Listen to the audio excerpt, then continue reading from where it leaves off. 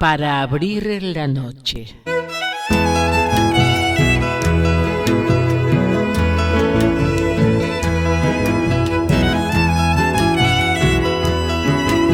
No se imaginan la alegría de tener en este lunes, en este primer programa de Para Abrir la Noche a través de Radio La Zurda, a nuestro querido compañero Gonzalo Pereira en su casa, desde Rocha. Bienvenido, Gonzalo. ¿Qué tal, querido Jorge? ¿Qué tal, queridos compinches? Es un gustazo estar con ustedes en esta noche abierta desde La Zurda, con el afecto y el cariño de siempre. Y si te parece bien, Jorge, vamos a entrar en materia, vamos a ir derecho al grano. Adelante, Gonzalo.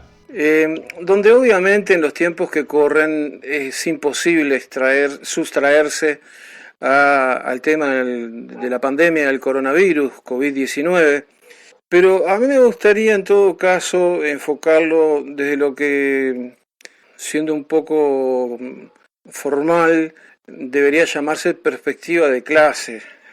Cuando digo esto, quiero decir algo muy sencillo, que es analizar estos fenómenos desde el punto de vista de que estamos en una sociedad dividida en clases con intereses encontrados, y que en general todo lo que ocurre tiene que ver con los intereses de esas clases y cómo se desarrolla la mecánica de oposición de esas clases, y cómo eventualmente algunas cosas favorecen a unas clases y perjudican a otras, y desde qué lugar de la cancha y para qué otro lugar de la cancha se mueven los distintos jugadores. Para ir entonces de lleno al tema, la primera pregunta que cabe hacerse es ¿por qué la pandemia del coronavirus COVID-19 concita tanta atención?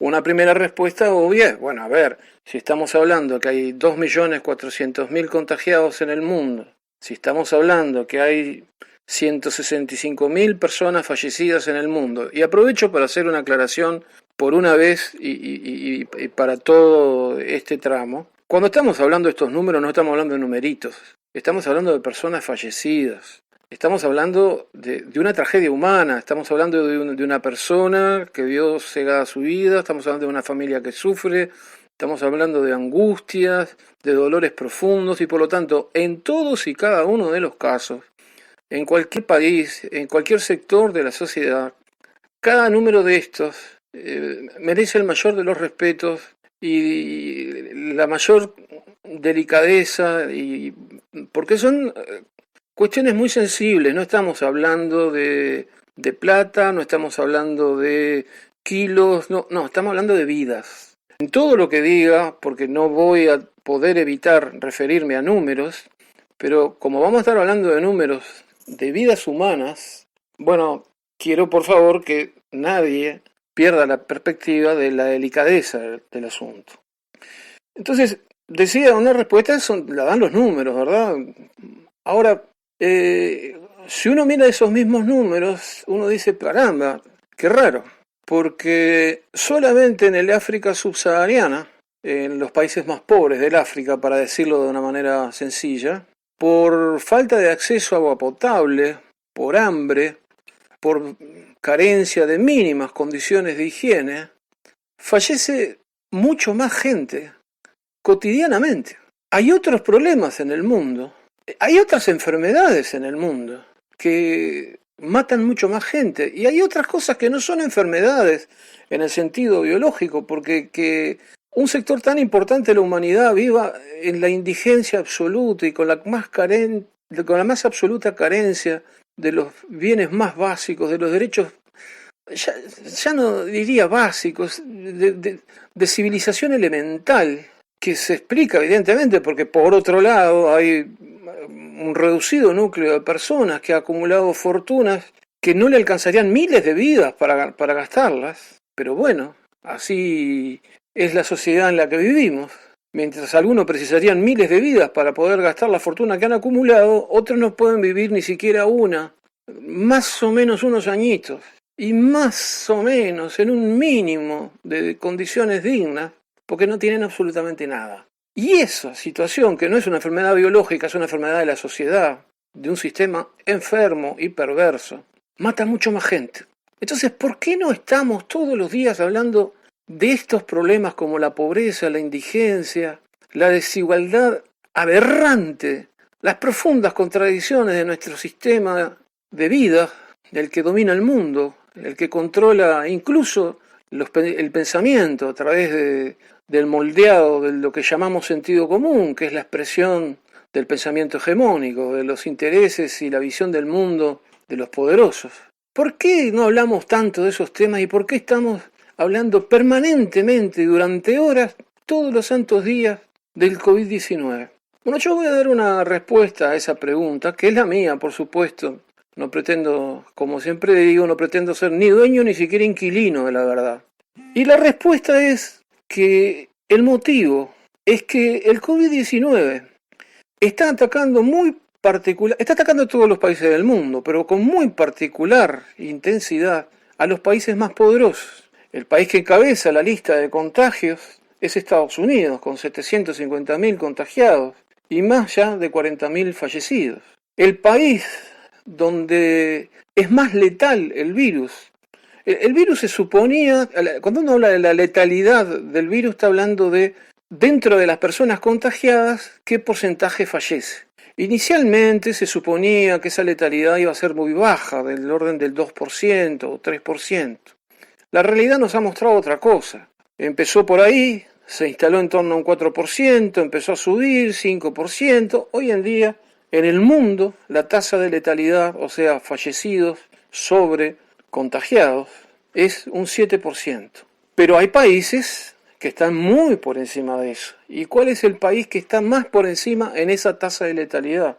Nada más ni nada menos que el Reino Unido, el gran socio eterno de Estados Unidos. El Reino Unido tiene más de 120.000 contagiados y más de 16.000 fallecidos. Y la tasa de letalidad del virus en el Reino Unido es 13,3%. Es decir, de cada 100 que se contagian, más de 13 en promedio fallecen. Es una tasa muy alta. Evidentemente, esto es un problema grave, muy grave.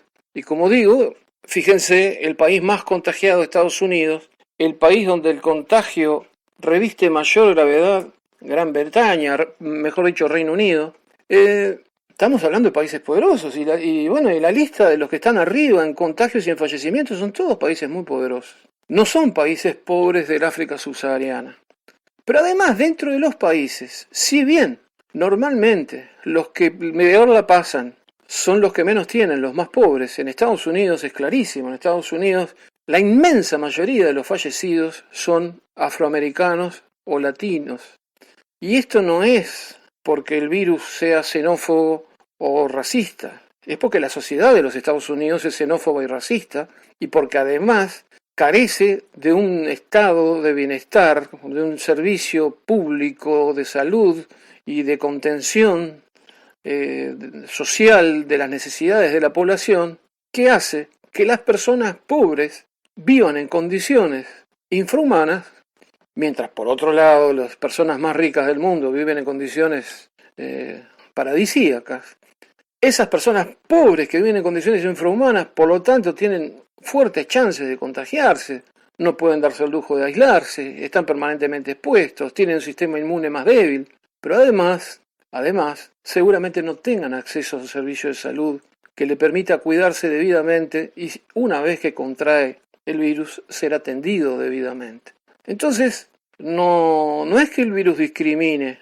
El virus ataca más fuerte al que está más débil, y el que está más débil en general es el pobre en todos los países del mundo. Más en los países donde se crea con ceguera en los beneficios de la sociedad capitalista en su modelo más liberal, y por lo tanto se deja librado a la suerte de cada uno cosas tan básicas como el acceso a la salud, a la vivienda, a la alimentación, etc. Sin embargo, pese a que son los más pobres, los más golpeados, también es cierto que en todos los países, Estados Unidos, Gran Bretaña, Alemania, Francia, el que sea, puede fallecer el más rico de los ricos. El virus no reconoce eso, no reconoce la billetera y la cuenta corriente. El virus puede atacar al más rico de los ricos y lo puede matar. Entonces tenemos un virus que, si bien una vez que entra en una sociedad golpea al más débil, fundamentalmente, tiene la particularidad que se ha instalado en todo el mundo, pero que está afectando con mucha más virulencia, valga la redundancia, porque estamos hablando de un virus, a los países más poderosos. Y dentro de esos países más poderosos, si bien castiga más duramente a los más pobres, también castiga y también puede contagiar y llevar al fallecimiento a los más ricos. Entonces amerita que todos hagamos sonar las alarmas, porque es el momento en el cual los que no deberían, bajo ningún contexto, verse expuestos, se ven expuestos. El gobierno de nuestro país, frente a esta realidad y frente a una situación que está recién comenzando seguramente en el Uruguay, ha adoptado una posición de que, por ejemplo, los trabajadores de la construcción, 45.000, bien pueden ir a trabajar, aunque a los demás se les esté diciendo quédate en tu casa. En nuestro país la pandemia entró fundamentalmente en los sectores más favorecidos de la sociedad, en los barrios de mayor nivel socioeconómico de Montevideo, por razones bastante lógicas, porque, y dicho con todo respeto, que son las personas que más viajan a Europa, muchas de ellas se contagiaron lamentablemente en Europa y trajeron el virus cuando volvieron al Uruguay. Hubo algún factor incidental como el famoso casamiento, no quiero dedicar tiempo a eso, que agravó la propagación en esos sectores más, digamos, favorecidos de la sociedad, y evidentemente en esta etapa está concentrado en los barrios y en las capas sociales de mayores ingresos. El Sindicato Médico del Uruguay insiste una y otra vez que el gran problema se va a presentar en el Uruguay cuando, nadie lo desea, pero parece inevitable que pase, el virus se instale y se empiece a propagar fuertemente en los sectores más pobres de la sociedad, como ha ocurrido en todos los demás países, porque ahí es donde están los más vulnerables, porque ahí aislarse es casi imposible, porque a veces en un espacio reducido conviven muchas personas y por lo tanto ahí empieza el contagio a tomar otras dimensiones astronómicamente mayores y además a producirse casos más graves y eventualmente más fallecimientos. El director general de salud manifiesta su apuesta a que nos inmunicemos. El gobierno de Alemania acaba de decir que esa salida, que es apostar a la inmunidad grupal, o sea que en grupo nos contagiemos hasta lograr inmunidad. En caso de que fuera realmente cierto que se pueda lograr un nivel de inmunidad importante, porque eso tampoco está claro desde el punto de vista científico, requeriría o impondría una cantidad de contagios que seguramente produciría una cantidad importante, grande, de víctimas fatales, de fallecimientos. Por lo tanto, lo que está manifestando el director general de la salud, y espero que sea una coincidencia, pero no lo creo, con la decisión sobre los trabajadores de la construcción, es que, bueno, van a tener que morir algunos, van a tener que fallecer algunos y van a tener que contagiarse muchos. Parecería ser como mínimo poco considerado, o como mínimo una visión de que el que integra cierta clase social, para el caso del trabajador de la construcción, la clase trabajadora casi que por antonomasia, no merece la misma consideración que un señor que vive en un barrio residencial.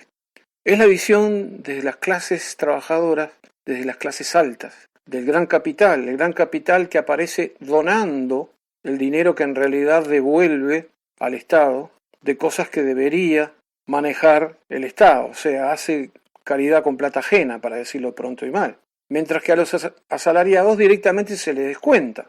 Sería interesante pensar en el mundo por un momento al revés, y que los asalariados pudieran donar parte de sus impuestos, que ya se los descuentan, y que, por el contrario, a los grandes agroexportadores, por ejemplo, se les extrajera un porcentaje considerable de sus ganancias o de sus ingresos, de sus ingresos. Ahí sí estarían poniendo plata del propio bolsillo. Ahí sí estarían siendo solidarios con un problema de la sociedad. Y además estarían generando un fondo coronavirus inmensamente mayor por razones de aritmética. Sin embargo, en su momento la apuesta que transmitió el gobierno es a encender los motores de la economía y específicamente el presidente apostó a no gravar el capital porque eso sería atentar contra el que nos va a sacar de esta, contra el malla de oro que va a llevar a impulsarnos y que va a evitar que nos quedemos rezagados. Yo quisiera culminar leyendo algo. Habitualmente no lo hago, pero me parece que la circunstancia lo amerita. La expresión del presidente Lacalle en su alegoría ciclista fue, a mi juicio, muy bien expresada, analizada. Me siento completamente identificado por un querido amigo, un muy querido amigo, José Gabriel Fernández, un querido amigo de Rocha desde que éramos chicos, y cuando adultos encontramos que seguimos teniendo muchísimos puntos de afinidad, pero además, desde las diversas vivencias, podemos enriquecernos mutuamente. Bueno, José Gabriel es un amante del ciclismo, deporte que practica siempre que puede. Y José Gabriel escribió el siguiente texto que quiero compartir. Es breve y vale realmente la pena. Dice así: la analogía sobre el ciclismo utilizada por el presidente para explicar su protección a los sectores más pudientes de la sociedad en detrimento de la escasa protección a los sectores menos favorecidos y la carga fiscal e impositiva aplicada a estos últimos, es una analogía correcta desde el punto de vista de cómo encara la política el gobierno actual. En dicha analogía, los sectores sociales poseedores del gran capital son los líderes del equipo. Malla oro usó para definirlo el presidente. Y los sectores menos favorecidos, trabajadores, jubilados, pequeños comerciantes, son los gregarios. La función del gregario en el ciclismo es la de sacrificarse para llevar al líder a la victoria. El gregario debe proteger al jefe, cortarle el viento, arroparlo, tratando de que haga el menor esfuerzo, cederle sus energías, llevarle la comida y la bebida, alimentarlo, en una palabra.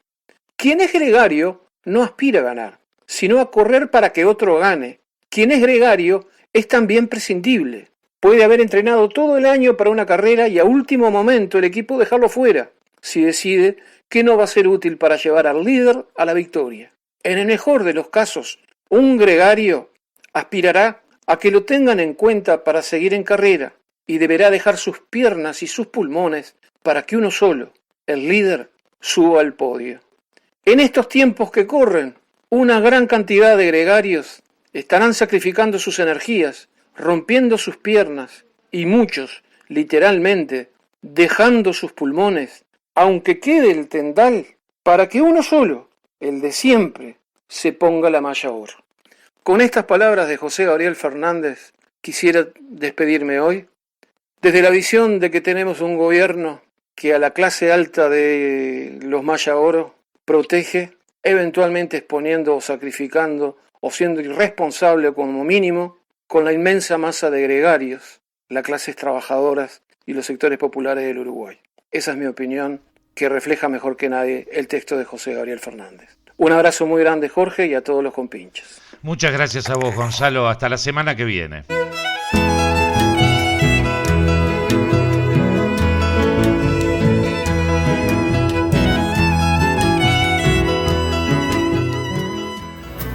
Tenemos mucho más estado lindo de conciencia. Tenemos un estilo que nos representa. Tenemos un rincón donde querernos tanto.